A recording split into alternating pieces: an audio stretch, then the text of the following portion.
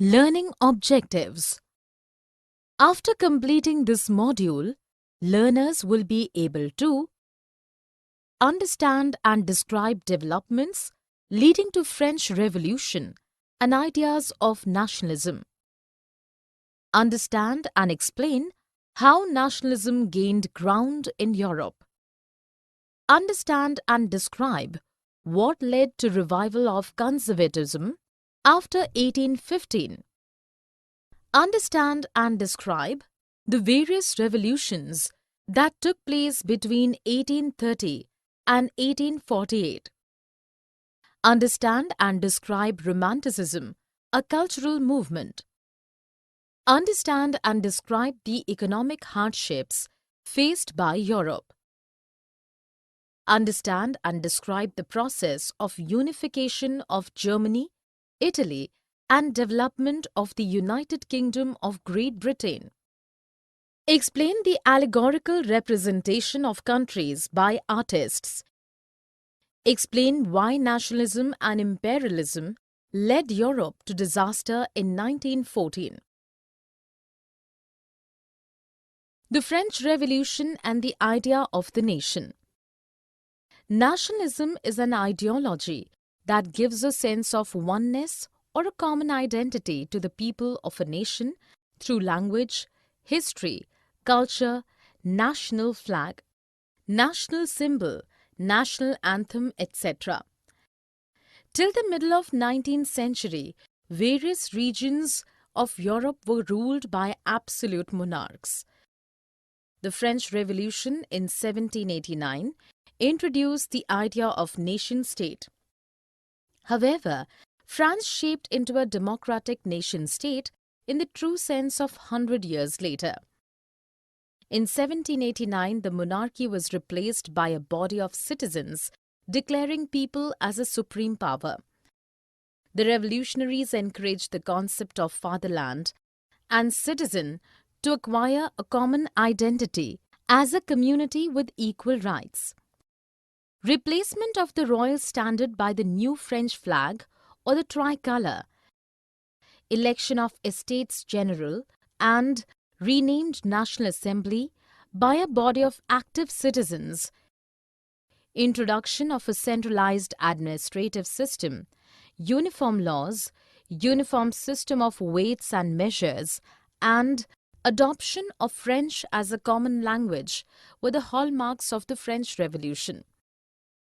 The French armies carried the idea with a missionary zeal into other parts of Europe. Napoleon led France from 1799 to 1815.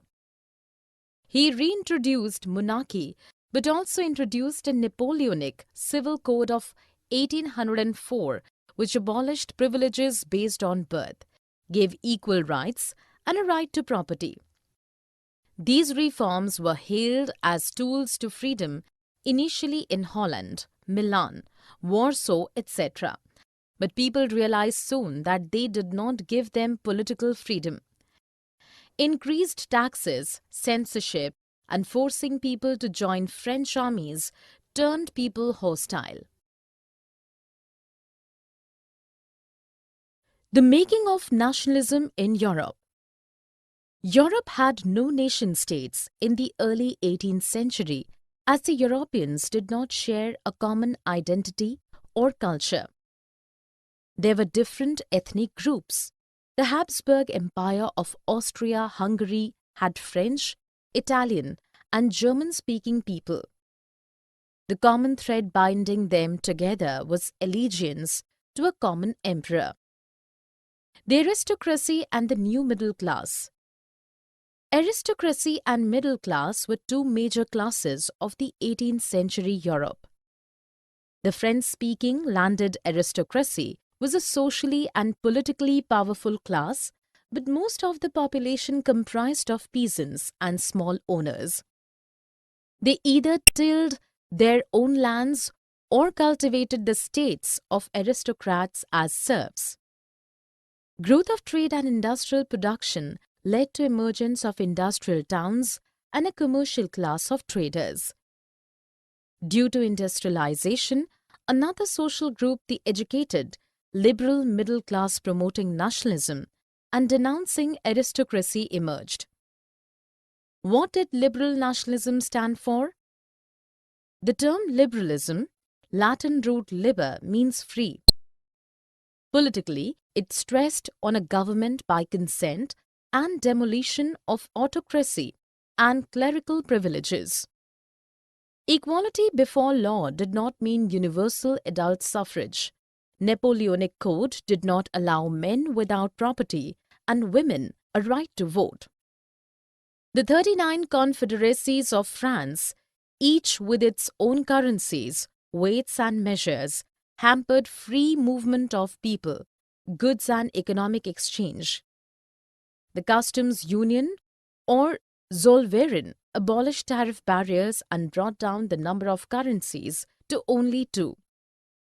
The new railway network facilitated mobility, economic growth, and inspired nationalism. A new conservatism after 1815. In 1815, the combined European forces of Britain, Russia, Prussia and Austria defeated Napoleon. They were inclined towards conservatism and wanted to preserve the traditional institutes of states and society like monarchy, the church, social hierarchies, property and the family.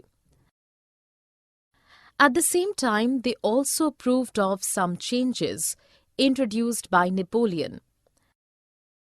With the belief that modernization could strengthen traditional institutions, they recommended a modern army, efficient bureaucracy, a dynamic economy, abolition of feudalism, and serfdom. In 1815, the European powers met at Vienna to draw a settlement for Europe and restore monarchies deposed during Napoleonic era.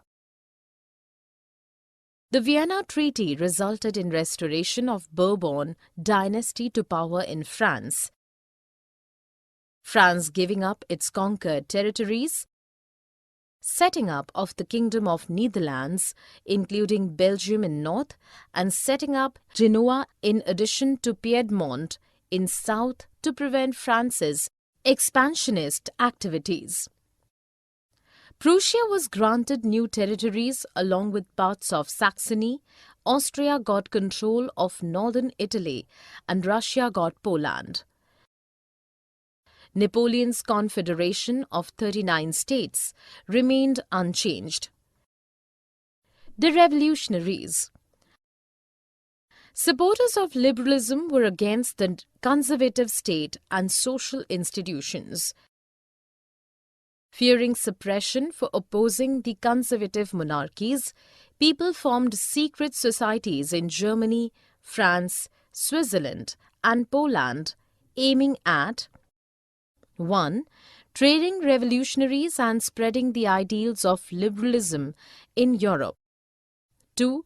Opposing monarchies established by the Vienna Treaty. 3. Fighting for liberty and claim freedom from autocratic rule.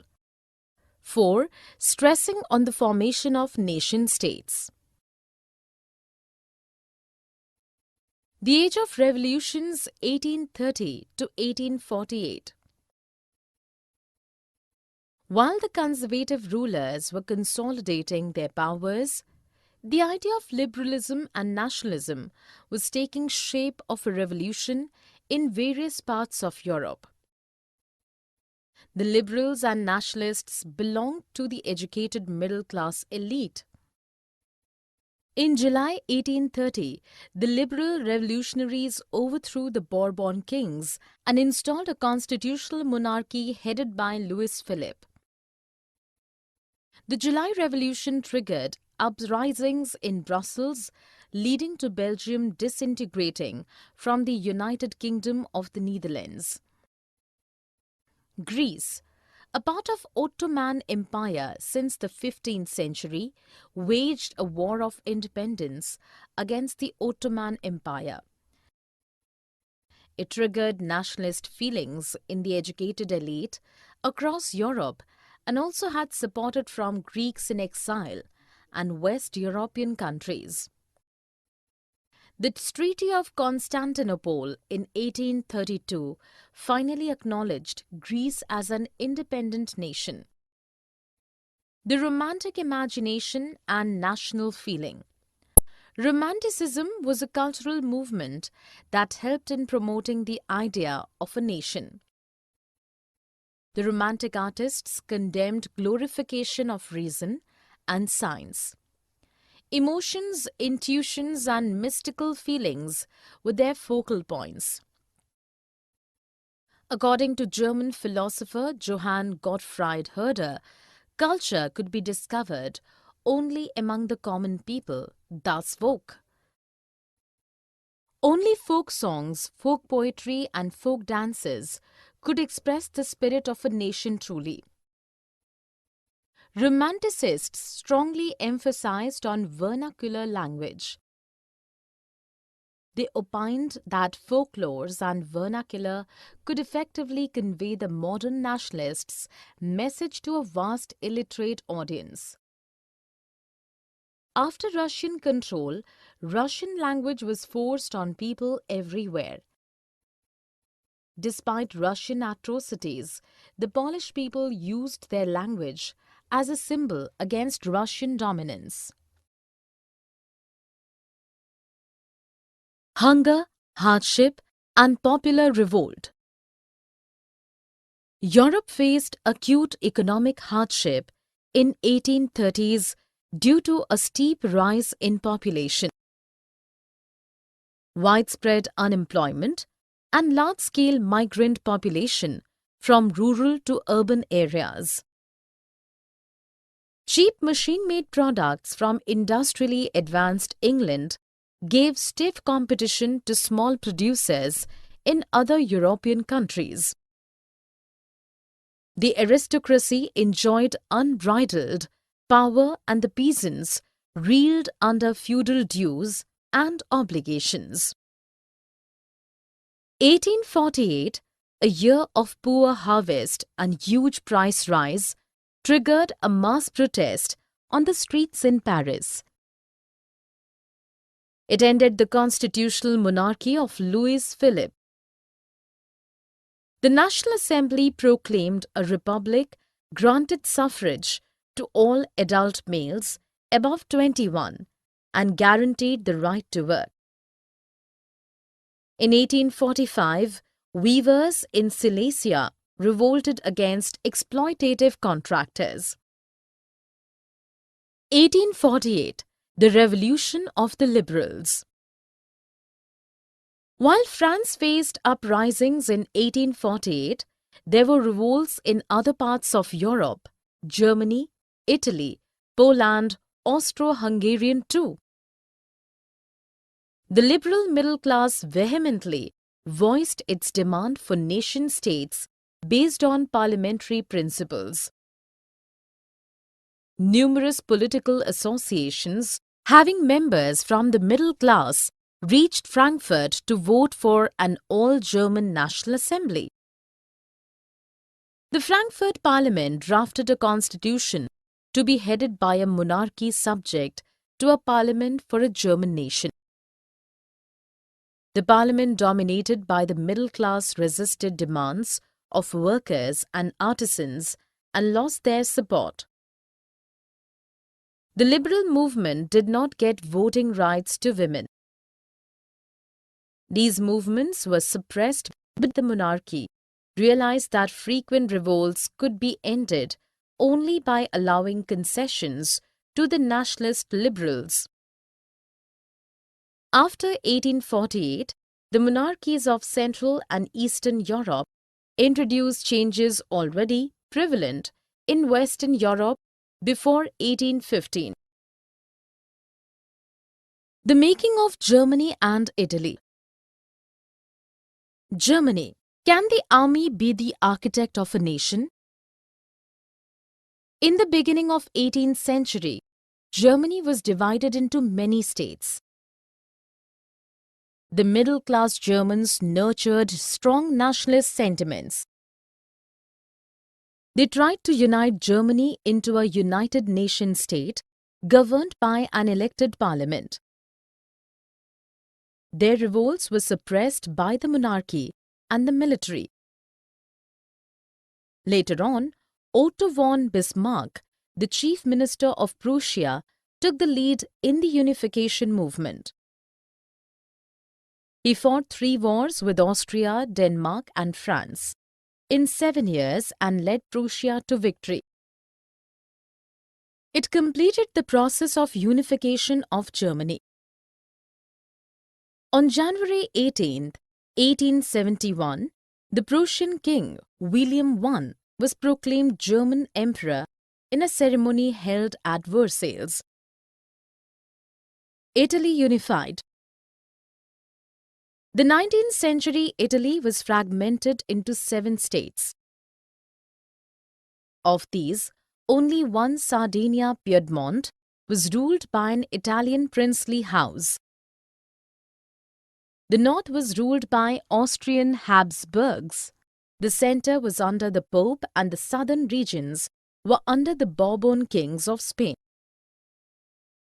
During the 1830s, Giuseppe Mazzini formed a secret society called Young Italy.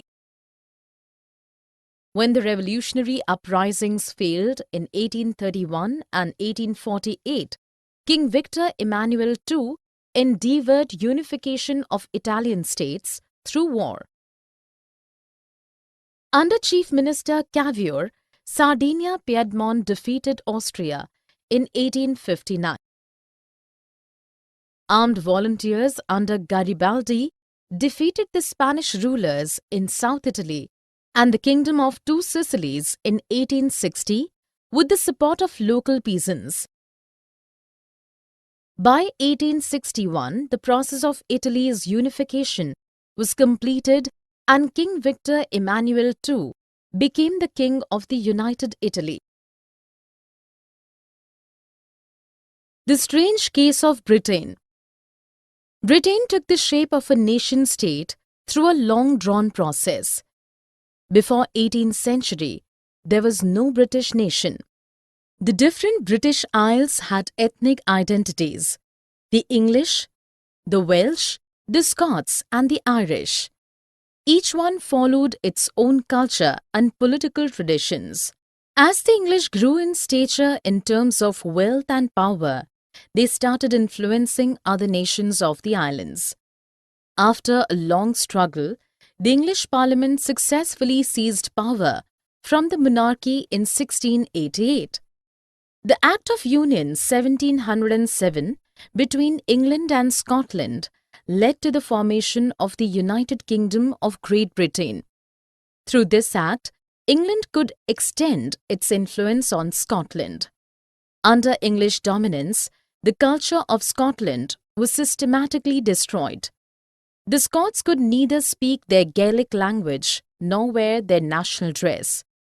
Ireland also suffered similarly. The country of Ireland was divided between Protestants and Catholics. The English helped the Protestants to increase their Protestants' influence in a largely Catholic country. All Catholic revolts were suppressed by the British. In 1798, Ireland was forcibly assimilated in the United Kingdom. A new British nation took shape in British symbols like the British flag, Union Jack, and the British anthem, God Save Our Noble King.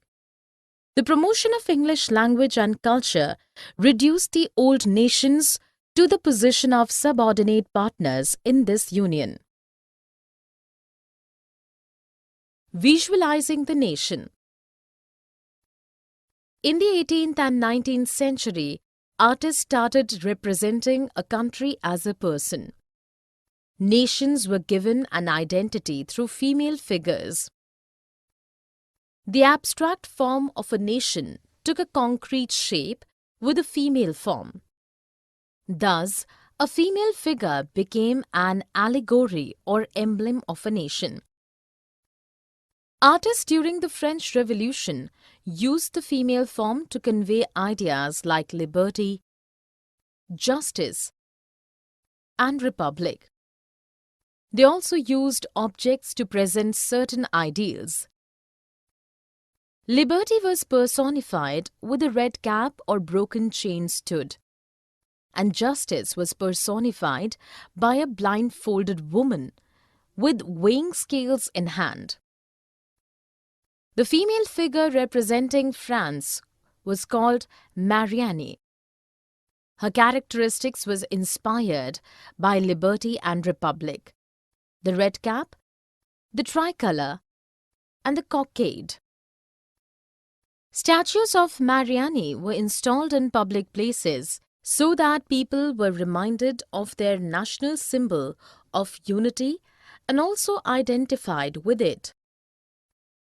Marianne images were also marked on coins and stamps. Germania represented the German nation. Germania is visualized as wearing a crown of oak leaves, as the German oak is a symbol for heroism. Nationalism and imperialism.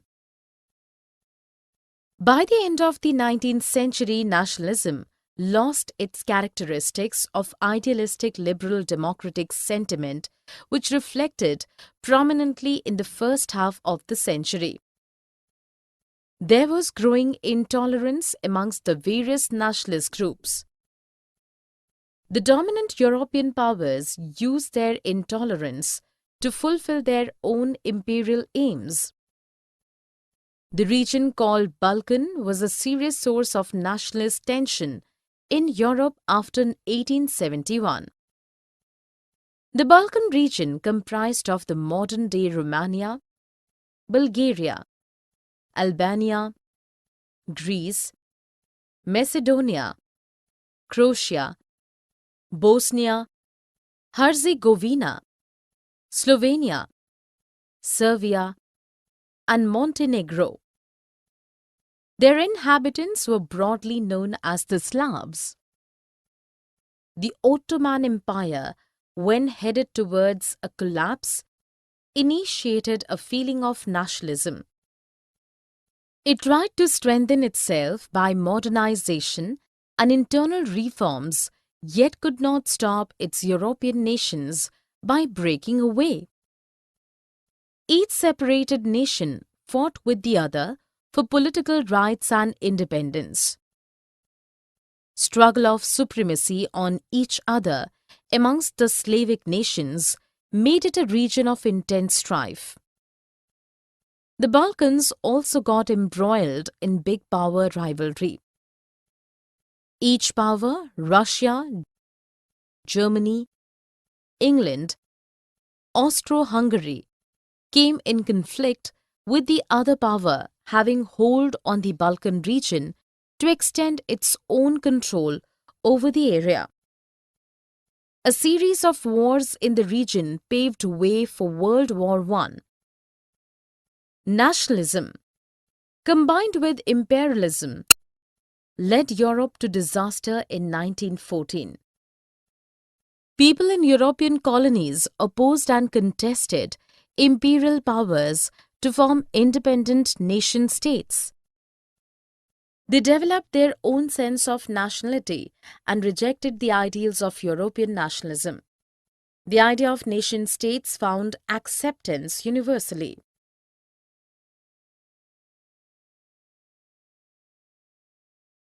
Summary. Let us summarize what we have learned.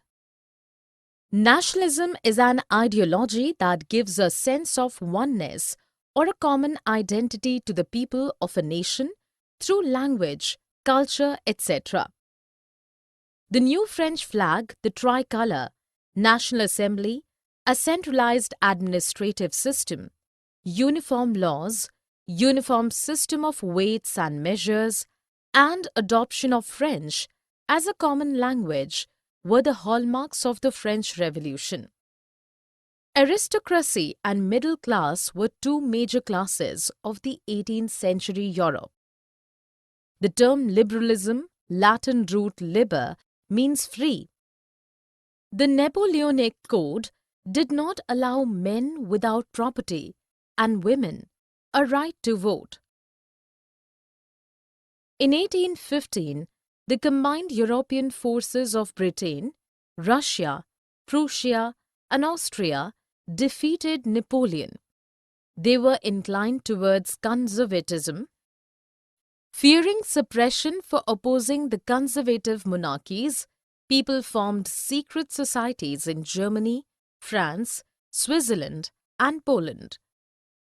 The liberals and nationalists belonged to the educated middle-class elite. The Treaty of Constantinople in 1832 finally acknowledged Greece as an independent nation. Romanticism was a cultural movement that helped in promoting the idea of a nation. Europe faced acute economic hardship in 1830s due to a steep rise in population, widespread unemployment, and large-scale migrant population from rural to urban areas. Cheap machine-made products from industrially advanced England gave stiff competition to small producers in other European countries. The Frankfurt Parliament drafted a constitution to be headed by a monarchy subject to a parliament of a German nation. On January 18, 1871, the Prussian king William I was proclaimed German emperor in a ceremony held at Versailles.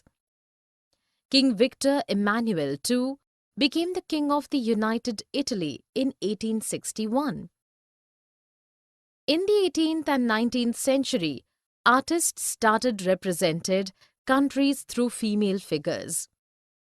By the end of the 19th century, nationalism lost